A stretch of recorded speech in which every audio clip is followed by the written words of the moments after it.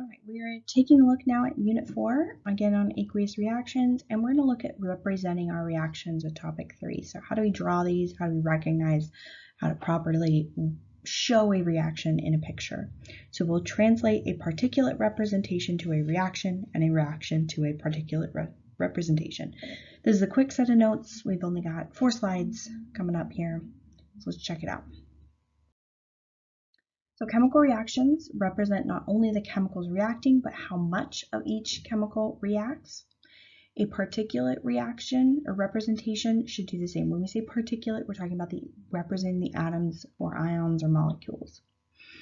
It should show the relative number of particles in the correct ratios, just as our representations of solutions did when we did that in our last unit and drew solutions.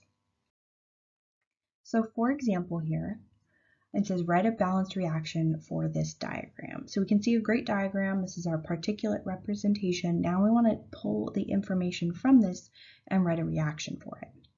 So we can see we've got ions because they're elements or chemicals with a charge. We're adding 2 different solutions of ions together, and then we're creating some products here. So I'm going to start with my first container. I've got sodium and chlorine, and for every 1 sodium, I have 1 chlorine. They're in sets. So I've got NaCl. They're separated as ions, so they would be an aqueous solution of sodium and chlorine. And they're in a 1-to-1 ratio, okay? 1-to-1 for sodium and chlorine. Now in my next container, I have silver and nitrate, and I also have those in a 1-to-1 ratio. So I'm going to write silver and nitrate, aqueous. Again, they're separated into their ions, so we're getting that aqueous solution. Now this forms, we can see we still have sodium and nitrate floating, and those are still in that 1-to-1 ratio. They're still paired. So I've got, for every 1 sodium, I have 1 nitrate. They're still aqueous because they're still floating around. But my silver and chlorine has formed a solid at the bottom. We've got that repeating pattern of positives and negatives, 1 silver for every 1 chlorine as a solid. Okay, so this represents not only our chemicals, but it's balanced. So it shows the proper ratio of elements with each other. If you counted these, the other thing you could technically do is put a 3 in front of all of these because there's 3 of each. Now, we wouldn't typically do that though because we want to write that lowest ratio, and the lowest ratio would be 1s. So we could always reduce this down to just 1s. So if you wrote 3s in front, it's not bad. We just don't need them. Okay, let's look at another one. So here we have a diagram and a balanced reaction, and we want to draw the products of this reaction in our second container. It should represent the proper chemical, the state of matter, and follow the law of conservation of mass. So we need to account for all of our little atoms and molecules. So we've got 2 sulfur for every 3 oxygen molecules.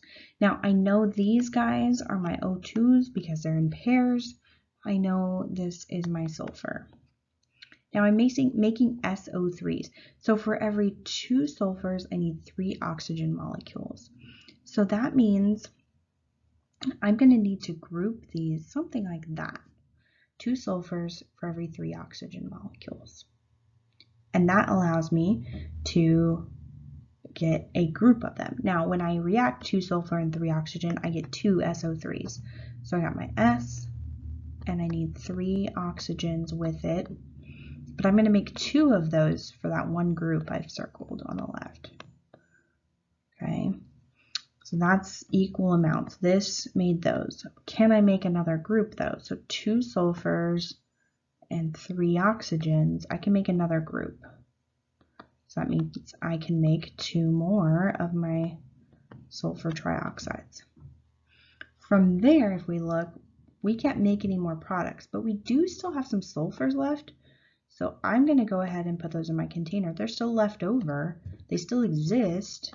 They just didn't react. So that follows our law of conservation of mass because all the atoms we started with, we're ending with. We've followed our balanced reaction. State of matter, we can see it's a gas, so they're floating around. They're not all clumped together. So that's showing it's a gas. All right, let's try one.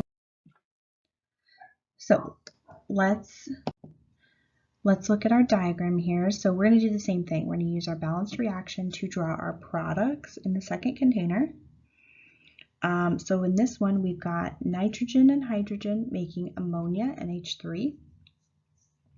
And it's a 1:3 ratio for nitrogen to hydrogen. So for every 1 nitrogen, I need 3 hydrogens. So I need a group, something like that. With one of those groups, I can make 2 ammonia. So here's my 2 nitrogens and my 3 hydrogens. Those are filled in, following their key. Just doing it in red. And we would use up that little group I circled. Now we do have some leftover nitrogen, so we'd want to add those in, separated there. And this shows our state of matter because they're gases, they're separated, and it follows our law of conservation of mass because all of the atoms we started with we're ending with.